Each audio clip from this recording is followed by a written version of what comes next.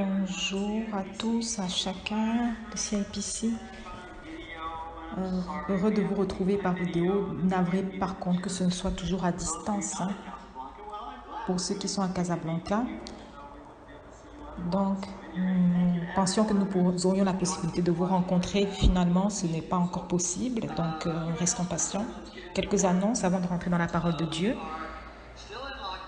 Nous sommes toujours en confinement. Donc, pas de culte, pas de rencontre à l'église. Si nous avons des mises à jour à ce sujet, nous vous tiendrons au courant. Soyez sûr que assurez-vous d'être dans notre liste de diffusion par mail pour être informé aussitôt que nous avons une information à ce sujet.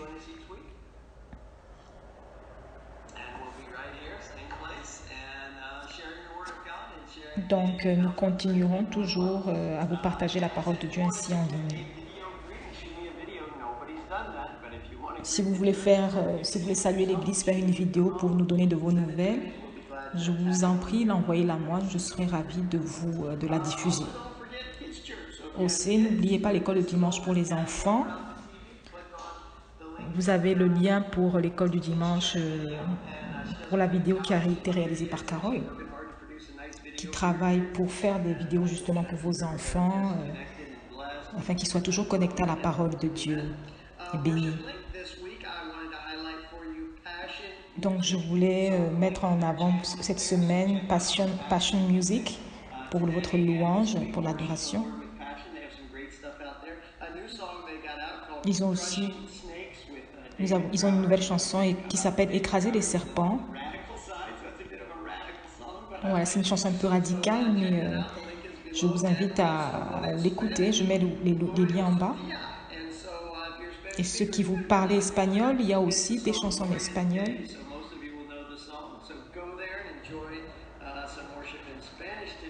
Voilà, pour un petit peu. Nous remercions tous ceux qui ont donné à l'église aussi. Nous apprécions votre geste. Donc, nous continuons dans avec notre parole concernant, bien sûr, le temps d'offrande et de dîmes. Nous avons parlé de Mammon, qui ne signifie pas argent, mais qui est en fait le nom d'un dieu syrien qui est relatif aux richesses, à l'argent.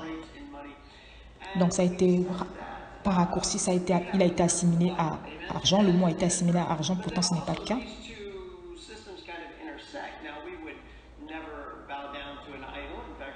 Donc nous savons que nous ne nous courberons pas devant des idoles et que Dieu Jésus nous a dit que nous ne pouvons pas servir Dieu et les faux dieux, ni servir Dieu et ainsi que les hommes. Mais quand il s'agit de finances, nous avons à apprendre à gérer nos finances. Et si le monde nous dit quelque chose, nous devons prendre ces choses-là avec le filtre de la parole de Dieu. Et nous avons parlé de la dette spécifiquement la dernière fois. Parfois, nous nous retrouvons endettés pour X ou Y raison, parce que le monde aussi nous propose différents crédits à la consommation ou autre. Et nous avons commencé avec le proverbe 22, qui nous a dit que celui qui emprunte est esclave de celui qui prête. Et voilà, que nous devenons aussi esclaves parce que nous devons rembourser l'argent à cette personne. Ce n'est pas une position saine, idéale, donc il vaut mieux se libérer de cette dette au plus tôt. Nous avons vu ensuite il était dit que c'est la bénédiction de Dieu qui permet de prêter, voilà, et ne pas emprunter.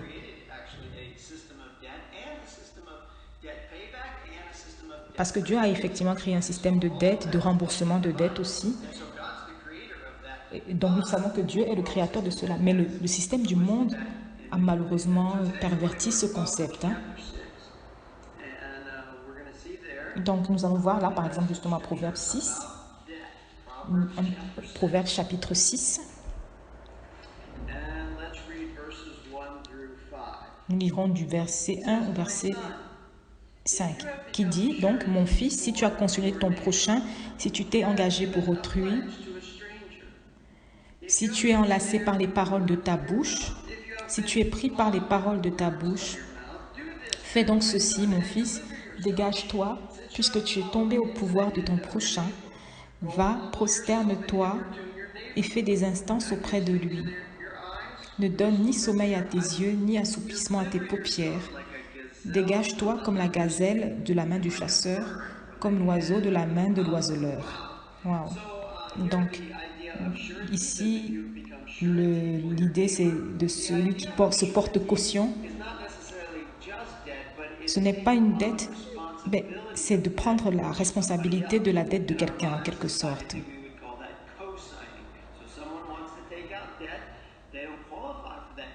Donc, quelqu'un, par exemple, veut prendre une dette et n'a pas la qualification, n'est pas, comment dire, le dossier n'est pas assez solide pour être accepté, et vous portez caution, garantie. Voilà. Voilà, donc d'être garanti pour une autre personne. Que nous parlions de la dette de quelqu'un d'autre ou la nôtre, les instructions ici sont claires. Dégage-toi. Amen. Et nous en avons parlé la semaine dernière. Et en fait, la semaine dernière, Carole m'a dit que je me contredisais un petit peu. Et je suis désolée si c'est l'impression que vous avez aussi eue. Mais parfois, justement, la Bible nous dit quelque chose et puis le monde, ça se passe dans le monde d'une autre façon et donc parfois ça peut créer confusion. Donc, j'en suis navrée. Nous devons comprendre que la dette n'est pas démoniaque, entre guillemets.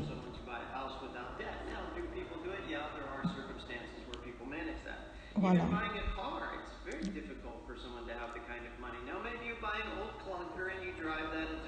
Peut-être vous voulez acheter une voiture ou une maison par dette.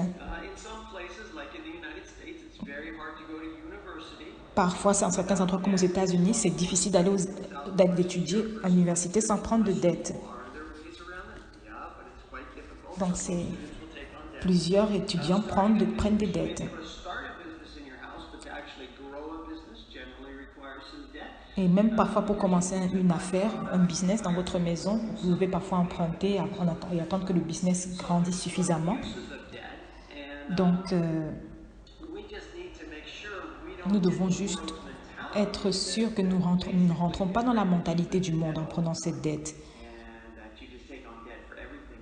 Nous ne prenons pas de dette pour tout et pour rien. Donc, la parole nous dit ici, si tu te retrouves endetté, dégage-toi. Aussi vite que possible.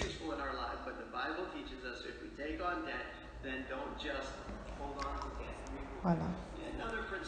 Un autre principe est que la Bible est très claire. Si vous devez quelque chose à quelqu'un, remboursez-lui cela en temps et en heure.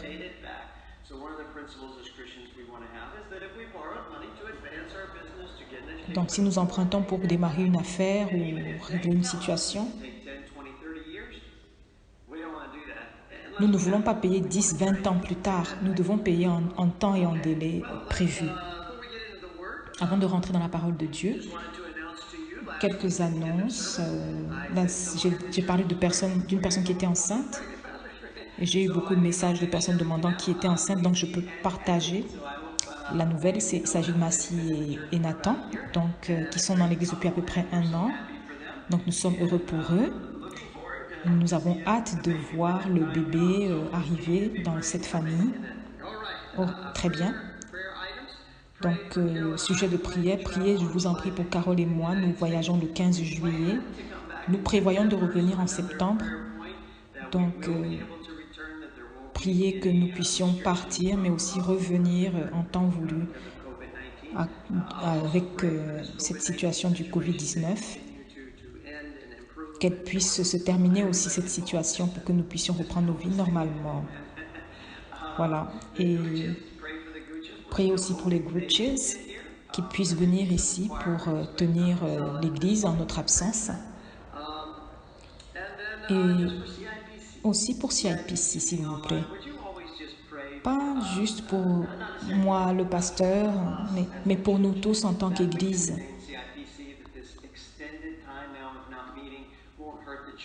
Voilà, que nous puissions rester toujours fidèles à Dieu, à notre Seigneur, aussi, en attendant ce temps de retrouvailles.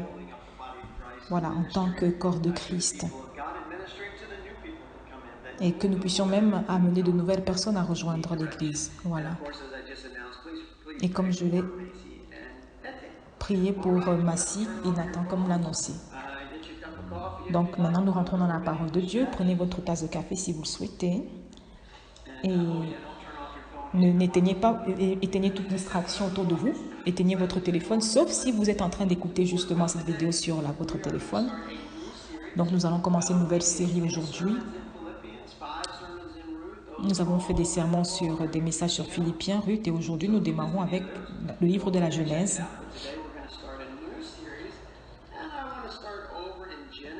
Donc en Genèse chapitre 2, verset 7,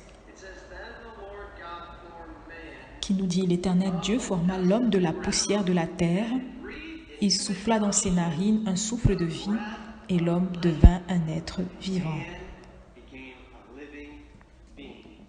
Prions. Père, nous te remercions pour aujourd'hui et nous élevons cette prière vers toi, que tu bénisses ce peuple à CIPC, que tu les renforces, les fortifies. Nous prions pour la santé, la sécurité de tous et aussi surtout pour la santé de ce bébé qui vient dans notre famille CIPC, que l'accouchement se passe bien. Voilà, et que tu le bénisses tous.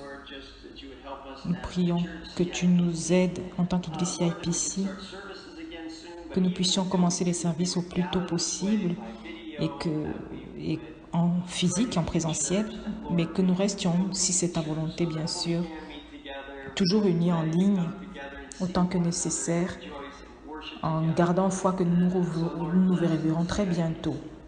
CIPC. Et donc nous te remercions pour cette semaine. Ouvre nos cœurs pour te recevoir, nos yeux spirituels pour voir comme tu vois. Au nom de Jésus-Christ, nous avons prié et tout le monde dit Amen. Amen, alléluia, gloire à Dieu.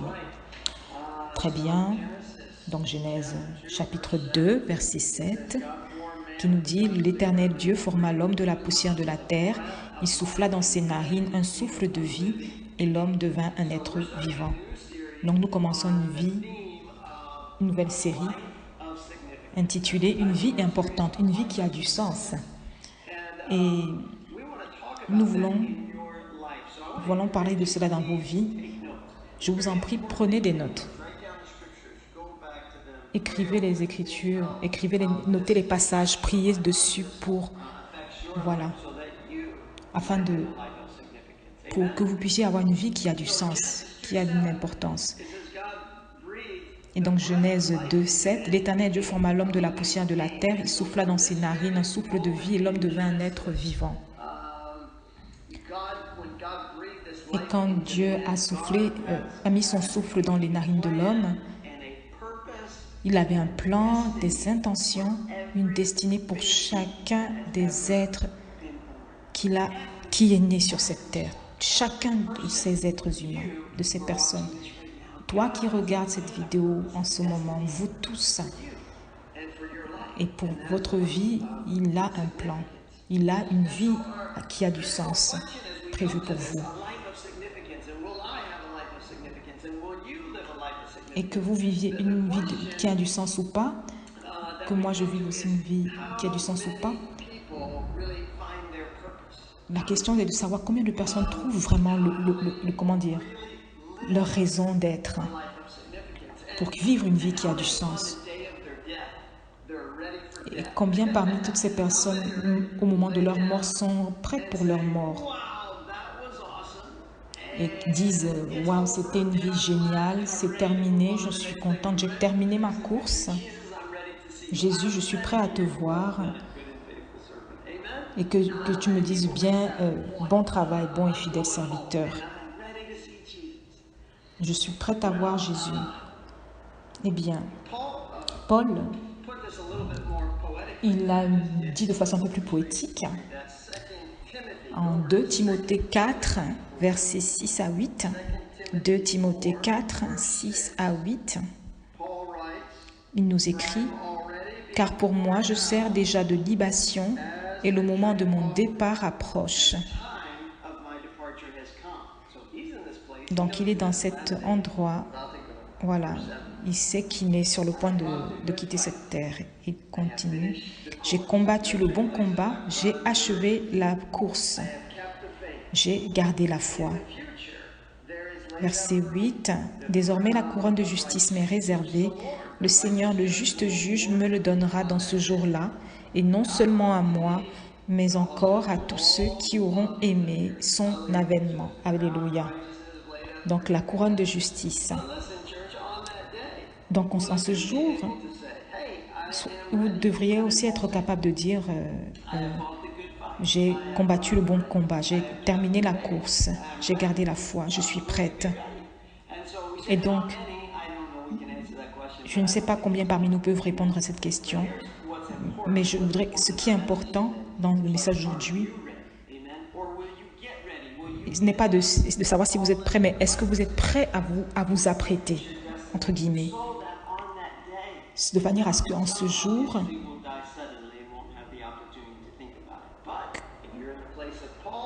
si vous êtes dans la même position que Paul, en prison ou sur le point d'être exécuté ou de partir, de quitter ce monde, pourriez-vous dire « J'ai combattu le bon combat, j'ai achevé la course, j'ai gardé la foi. » J'espère que vous en êtes à ce stade. Et nous allons continuer la semaine prochaine, plusieurs semaines, pour que nous ayons tous une vie qui a du sens. Que nous puissions partir de là où nous sommes à une vie qui a du sens. Amen. Une vie qui a de l'importance. Donc, c'est un mot d'encouragement de ma part pour vous fortifier dans ce sens. Donc, un jour, la course se terminera. Est-ce que vous aurez justement accompli votre destinée, votre raison d'être? Et nous voyons ici en Matthieu chapitre 22, verset 14, « Car il y a beaucoup d'appelés, mais peu d'élus. » C'est un verset vraiment qui a beaucoup de sens. Voilà, où Jésus dit, « Car il y a beaucoup d'appelés, mais peu d'élus. »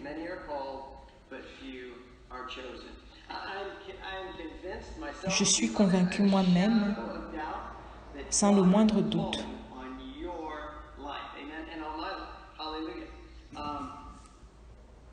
qu'il y a un appel sur votre vie, qu'il a un plan et une raison d'être pour vous. Vous n'êtes pas là par accident, vous n'êtes pas juste en train de vous vagabonder sans but. Non, ce n'est pas le plan de Dieu. Il y a un appel sur votre vie, une raison d'être, une destinée pour votre vie. Et donc, l'idée, justement, c'est d'avoir une vie qui a du sens et de découvrir ce sens, de poursuivre cette destinée. Donc, trouver cet appel et y répondre et faire votre part pour accomplir cet appel. Voilà. Donc, avant d'aller de l'avant d'une façon ou d'une autre, nous voulons parler de ce mot importance, voilà, qui a du sens pour comprendre de quoi nous parlons.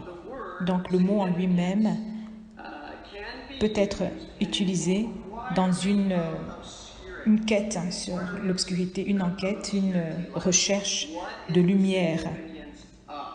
Quelle est la signification, quelle est l'importance, quel est le sens de, voilà. Quelle est la signification de la repentance dans la parole de Dieu? Quelle est la signification de la foi dans la parole de Dieu?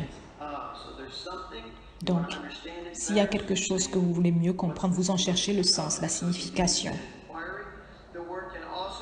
Il peut être aussi utilisé pour mettre l'accent sur une priorité idéale.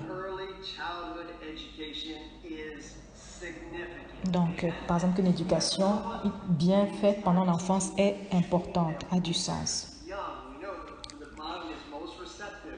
Vous savez que quand vous êtes petit, là, votre esprit, votre intelligence est beaucoup plus réceptive. Donc, il est important, justement, d'avoir une bonne éducation. Donc, il y a ces deux sens. Donc, l'idée de quelque chose dont on recherche le sens, mais aussi quelque chose qui est important. Donc, nous voulons mettre ces deux définitions, justement, en exergue dans une vie qui a du sens, une vie qui a de l'importance. Parlant de vivre une vie qui a de l'importance, qui a du sens, qui a une signification. Parce que le Seigneur vous a demandé de faire quelque chose d'important. Et donc ce n'est pas une vie de foi, forcément. Ce n'est pas une vie qui a du sens, hein, forcément.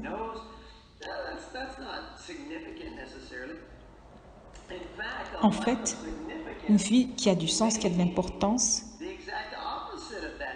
peut signifier que c'est une vie. Donc, pardon, pas une vie de foi, mais une vie de célébrité. Parce que justement, avoir une vie qui a du sens, ça ne veut pas forcément dire être célèbre. Voilà, donc il ne s'agit pas d'être aux premières lignes, en la une des journaux ou à la une d'un film. Il ne demande pas à tout un chacun d'être justement à la une, mais simplement leur demande de faire quelque chose. Voilà, il leur a demandé de faire quelque chose et ils l'ont fait. Donc, l'un des concepts les plus importants pour nous à capter est que nous avons tous une vie qui doit avoir du sens, qui a de l'importance. Si vous avez eu ce type de confusion dans votre tête, j'aimerais que ce soit corrigé dès aujourd'hui, que les gens de pouvoir ou riches, ce sont eux qui ont une vie qui a du sens. Non, pas du tout. Pas du tout. Ce n'est pas ainsi que le Seigneur le voit. Donc, dans le royaume, une vie qui a du sens peut être une vie très calme, très tranquille. Ce n'est pas d'une vie dans l'obscurité, non, pas du tout. Mais c'est une vie, tout simplement, d'obéissance à ce que Dieu vous a demandé de faire. Donc, ce que le Seigneur m'a demandé pour ma vie spécifiquement, pour nous propres, chacun sa propre vie. Donc, chacun de nous peut avoir une vie qui a de l'importance.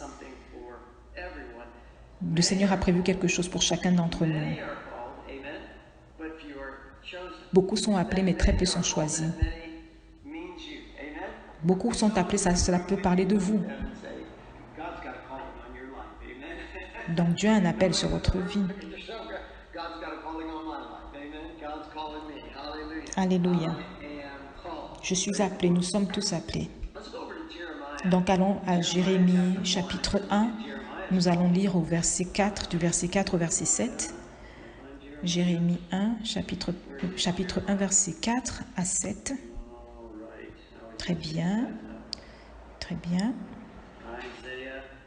Alors, Isaïe, enfin Jérémie. Voilà, nous l'avons. Lisons le verset 4 jusqu'au verset 7. Voilà. Donc, verset 4. La parole de l'Éternel me fut adressée en ces mots. Avant que je t'eusse formé dans le ventre de ta mère, je te connaissais, et avant que tu fusses sorti de son sein, je t'avais consacré, je t'avais établi prophète des nations. Je répondis, « Ah, Seigneur éternel, voici, je ne sais point parler car je suis un enfant. » Et l'Éternel me dit, « Ne dis pas, je suis un enfant, car tu iras vers tous ceux auprès de qui je t'enverrai, et tu diras tout ce que je t'ordonnerai. »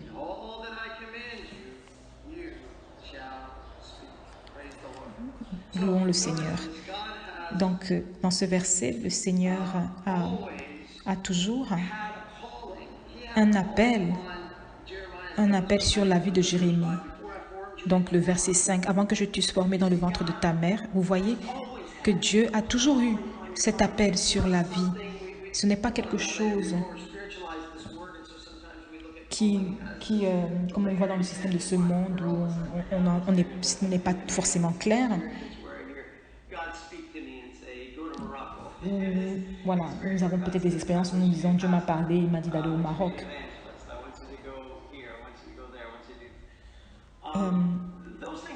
Ces choses arrivent, je ne refuse pas que cela puisse arriver. Mais avant même que nous ne soyons conçus, Dieu avait un appel sur notre vie. Voilà. Et donc, nous devons justement rechercher cet appel dans nos vies. Nous allons mettre une petite pause sur Jérémie et nous y reviendrons et allons plutôt à Romains 11, 29, où nous voyons ce que le Seigneur nous dit. Quand parfois nous pensons que nous avons tout gâché, le Seigneur nous dit ici, et peut-être vous regardez cela et vous vous dites, vous avez peut-être 40, 50, 60 ans et vous regardez, vous dites, ah, mais j'ai raté mon appel. Je ne savais pas que j'avais un appel. Eh bien, j'aime bien ce verset dans Romains 11, 29 qui nous dit « Car Dieu ne se repent pas de ses dons et de son appel. » J'aime la version King James qui dit que Dieu ne se repent pas, voilà, qu'il n'a aucune repentance. Dans une version en anglais, c'est carrément irrévocable, donc inannulable, voilà. Quel que soit le style de vie que vous avez eu, Dieu a toujours cet appel et ne s'en repent pas. Il ne se dédie pas de ce don et de cet appel qu'il a sur votre vie. Amen. Alléluia. Et donc ne se repent pas de ce qu'il vous a appelé, de ce pourquoi il vous a appelé, de l'appel qu'il a mis sur votre vie. Et donc, en Jérémie chapitre 1, verset 5, il dit « Avant que je t'eusse formé dans le ventre de ta mère, je te connaissais, et avant que tu fusses sorti de son sein, je t'avais consacré, je t'avais établi prophète des nations. » Voilà, peut-être vous n'êtes pas comme Jérémie appelé à être prophète des nations, mais le Seigneur a un appel sur votre vie. Et Jérémie qui répond, « Ah Seigneur éternel, voici, je ne sais point parler, car je ne suis qu'un enfant. » Et des excuses comme Moïse aussi. Vous vous souvenez ce que Moïse avait répondu, « Je ne sais pas parler, je bégais. » Voilà, et Dieu lui a dit, a dit justement que voilà, Aaron pouvait être son porte-parole à ce moment-là. Mais nous avons tous des excuses, vous savez. Je ne pouvais jamais, on peut se dire, je ne pourrais jamais avoir une vie qui a de l'importance. Mais écoute, regardez dans le livre de Jérémie. Il a eu exactement la même réaction. Ne me dis pas que je suis un prophète, je ne sais pas parler, je ne suis qu'un enfant. Et voilà la réponse du Seigneur au verset 7. Et l'Éternel me dit, ne dis pas, je suis un enfant, car tu iras vers tous ceux auprès de qui je t'enverrai et tu diras tout ce que je t'ordonnerai. Et donc nous devons quitter justement cette mentalité, cette mode de pensée négatif, pessimiste. Voilà.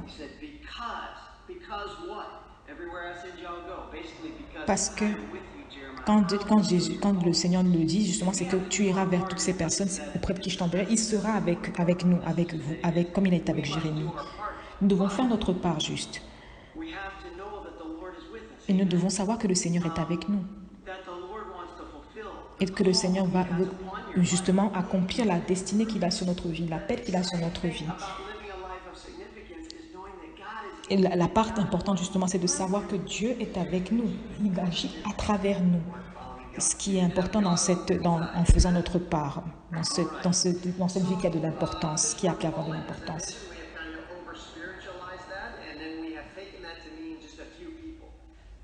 Et donc, nous avons parfois tendance à prendre cet appel de Dieu et à le spiritualiser en pensant qu'il est destiné seulement à certaines personnes. Nous sommes tous des appelés, pas seulement certains. Il est vrai que très peu sont élus, mais nous savons que beaucoup sont appelés. Mais il y a peu d'élus parce que nous choisissons de ne pas faire notre part, hélas. Parce que le Seigneur, justement, nous appelle tous, pas pour que certains ne soient plus du lot, mais pour que nous réussissions tous à atteindre le but de notre vie,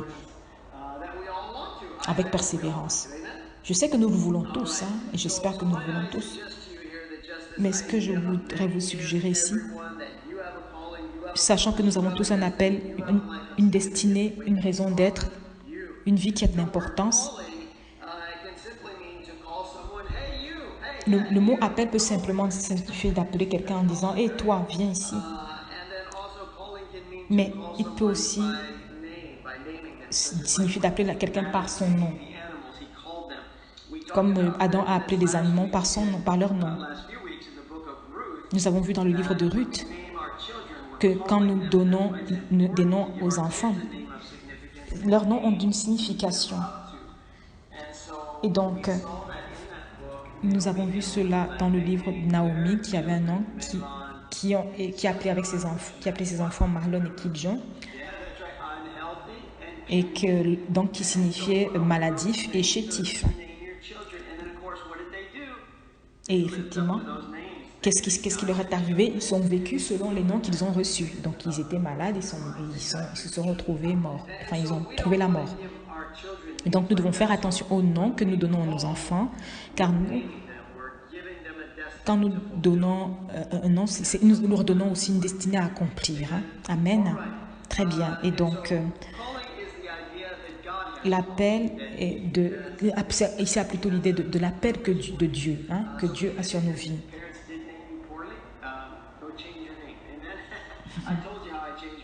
Je vous ai dit comment j'ai changé mon nom pour prendre, pas mon deuxième prénom, mais mon premier prénom. Comment mon premier prénom, Christopher, en tant qui signifie ce disciple de Christ, avait plus une dimension prophétique, raison pour laquelle j'ai opté pour être désormais appelé par ce nom. Voilà. Et donc, je vous garantis cela. Dieu ne vous appelle pas Malon ou Kidjon. Il ne vous appelle pas maladif ou chétif ou faible ou échec. Non. Il vous appelle la tête et non la queue. Il vous appelle élevé. Celui qui est élevé. Élevé, de plus en plus élevé. Si vous avez un appel sur votre vie, c'est que vous êtes un enfant, une fille, un fils de Dieu, du Dieu tout-puissant, le plus grand, voilà. Eh bien, une vie qui a de l'importance est une vie qui est pour servir les autres. Quel est le focus de votre vie? Si c'est sur vous-même, nous avons différentes étapes dans nos vies. Parfois, si on est dans la première étape de notre vie, ou en mode survivance, hein, juste se faire de l'argent pour pouvoir survenir à nos besoins. Effectivement, notre vie peut être très auto-centrée. Mais de plus en plus, quand vous montez en fait dans les différentes étapes de votre vie, vous trouvez que vous trouvez des personnes qui, bien que devant avoir une vie qui a du sens pour les autres, restent auto-centrées, égoïstes. Voilà. Nous ne voulons pas être ce type de personnes. Nous voulons avoir une vie qui a de l'importance et qui sert les autres. Et non pas focaliser sur nous-mêmes. Et donc, nous avons des désirs, nous luttons contre l'égoïsme, mais nous devons de façon quotidienne retourner cela et plutôt nous dédier à servir les autres. Nous voulons faire de plus en plus pour les autres. Et comment faisons-nous cela justement? C'est cette question que nous devons nous poser. Donc Dieu ne vous appelle pas maladif, échec ou toute autre chose négative, mais plutôt enfant de Dieu, fils de Dieu, pour servir les autres. Quand mes filles étaient petites, je n'ai aucun problème avec la carrière que vous pourriez avoir, mais choisissez une carrière qui sert les autres, quel que soit le métier que vous voulez faire. Mon aînée, Rachel, est d'ailleurs infirmière, et c'est une très bonne infirmière. Je sais que c'est un métier, une vie très stressante, mais elle sert et elle aide les autres. Et donc, c'est ce que notre vie doit être. Ma deuxième fille, Rebecca, Elle travaille dans le domaine social avec des enfants. Donc, je suis tellement heureux qu'elle aide justement, qu'elle soit focalisée sur auprès d'autres personnes. C'est une vie de la sorte que nous souhaitons avoir. Et donc, la dernière aussi, travaille aussi dans le social, avec des familles. Donc, toujours en train de servir justement les autres. Voilà. Et donc, nous allons terminer dans quelques minutes. Je ne voudrais pas trop parler aujourd'hui. Et voilà, de manière à avoir des sermons beaucoup plus courts. Donc, nous irons à Matthieu 20, 28. C'est ainsi que le Fils de l'homme est venu, non pour être servi, mais pour servir et donner sa vie comme la rançon de plusieurs. Amen. Et aussi en Matthieu 23, 11. Le plus grand parmi vous sera votre serviteur. Donc, je suis le plus grand, je dois vous servir. Amen. Donc, c'est une vie qui a de l'importance. Donc, pas à propos de votre propre vie, mais comment plutôt je peux servir les autres. Et donc, nous voulons terminer dans quelques minutes pour le sermon d'aujourd'hui. J'aimerais que vous imprégniez votre esprit que vous êtes d'abord un enfant de Dieu. Vous êtes un enfant, une fille de Dieu et qui a un appel sur votre vie. Et pour répondre à cet appel, vous devez avoir une vie qui a du sens, une vie qui a de l'importance. Et donc, si vous travaillez pour que votre esprit, votre mental soit en conformité avec cette vérité, parce que si certains d'entre vous, justement, ont un peu du mal à suivre la parole de Dieu, c'est parce que votre mental ne suit pas forcément. Voilà, parfois vous vous dites, je ne suis pas celui-là, je ne suis pas assez fort, je ne suis pas assez intelligent, ou voilà, je ne suis pas assez âgé, etc. Juste comme Jérémie, nous faisons des excuses pour l'appel de Dieu sur notre vie. Et nous disons, je ne suis pas ceci, je ne suis pas cela. Oui, très bien, mais le Seigneur est en nous et nous aide à faire ressortir cela dans notre vie pour nous transformer notre homme intérieur. Et il nous dit en Isaïe 43, 1, Isaïe 43, verset 1, « Ainsi parle maintenant l'Éternel qui t'a créé, ô Jacob, celui qui t'a formé, ô Israël. Ne crains rien, car je te rachète, je t'appelle par ton nom. Tu es à moi, tu es à moi. » Que quelqu'un dise Alléluia. Il t'a appelé, il t'a dit, tu es à moi. Quand vous pensez à ce que vous êtes un enfant de Dieu. Amen. Dans la famille de Dieu. Donc, vous n'êtes pas adopté ou non. Non, vous n'êtes pas dans le coin. Vous êtes pleinement dans la famille de Dieu. Il vous a appelé par votre nom. Il vous aime. Il vous a racheté. Amen. Très bien. Et en Romains 12,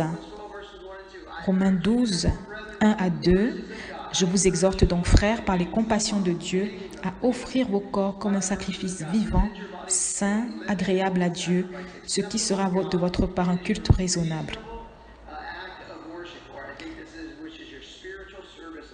Voilà, donc un culte raisonnable d'adoration en esprit. Ne vous conformez pas au siècle présent, mais soyez transformés par le renouvellement de l'intelligence avec ce que l'appel de Dieu est pour vous, pour votre vie, afin que vous discerniez quelle est la volonté de Dieu, ce qui est bon, agréable et parfait. Donc nous avons à renouveler nos mentalités, nos intelligences. Joel Austin a une déclaration « I am ».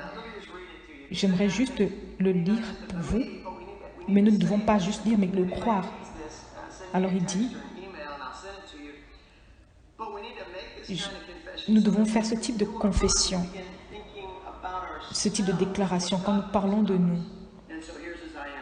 Donc voilà, je suis béni, je suis victorieux, je suis talenté, je suis créatif, je suis vivant, je suis en bonne santé, je suis en bonne forme, je suis heureux, je suis positif, je suis fort, je suis confiant, je suis beau, je suis une personne de valeur. Je suis libérée, je suis rachetée, je suis pardonnée. Je suis oint, je suis acceptée, je suis validée. Je suis préparée, je suis qualifiée, je suis motivée, je suis disciplinée, je suis déterminée, je suis patient, je suis gentil, je suis excellent, je suis fortifié et plus que capable, et je suis un enfant de Dieu. Et nous ajouterons cela, je suis appelé. Que quelqu'un dise Amen. Nous avons besoin de croire cela encore plus. Amen. De ce qui nous sommes pour Christ. Nous pouvons croire que tout ce qui a été déclaré n'est pas vrai, mais c'est la confession, la déclaration justement qui va pouvoir renouveler votre intelligence et le voir devenir réalité dans votre vie. Amen. Amen. Voici ce que le Seigneur a dit, mais maintenant, quelle est votre part? Est-ce que vous, quand par exemple on déclare « je suis sage », est-ce que vous lisez tous les jours le livre de Proverbes pour vous justement devenir de plus en plus sage? Voilà, donc, est-ce que vous lisiez le livre de Proverbes? Est-ce que vous déclarez? Il est dit, il est dit dans le livre de Proverbes que la sagesse doit être notre sœur. Est-ce que nous demandons justement à la sagesse d'être auprès de nous pour nous guider? Et si nous sommes sages, nous devons faire certaines choses. Si nous sommes en bonne santé, en bonne forme, est-ce que vous mangez de la bonne façon? Est-ce que vous mangez sain? Voilà. Ou est-ce que vous vous remplissez de fast-food ou de nourriture qui n'est pas forcément très bonne? Est-ce que vous êtes en forme? Est-ce que vous faites de l'exercice? Est-ce que vous faites du sport? Donc, nous ne faisons pas juste ces déclarations qui doivent arriver parce qu'elles doivent juste arriver. Mais non. Nous disons que nous sommes en bonne santé et nous agissons justement en conformité avec ce que nous disons.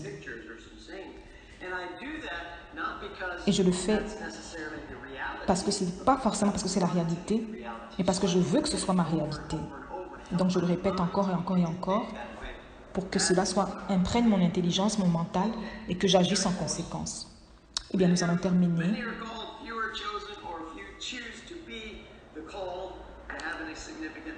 Alors, je prie que vous puissiez répondre à l'appel et choisir de justement correspondre à l'appel en ayant une vie qui a du sens. Donc, en faisant votre part. Hein. J'espère que vous le ferez. Donc, terminons en prière. Je voudrais que vous priez pour répondre à cet appel et vivre une vie qui a du sens, qu'afin que votre dernier jour, vous puissiez dire,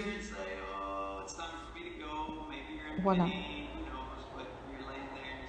que vous puissiez dire justement, j'ai combattu le bon combat, j'ai accompli justement ce qui est attendu de moi. Amen. Alléluia. Prions.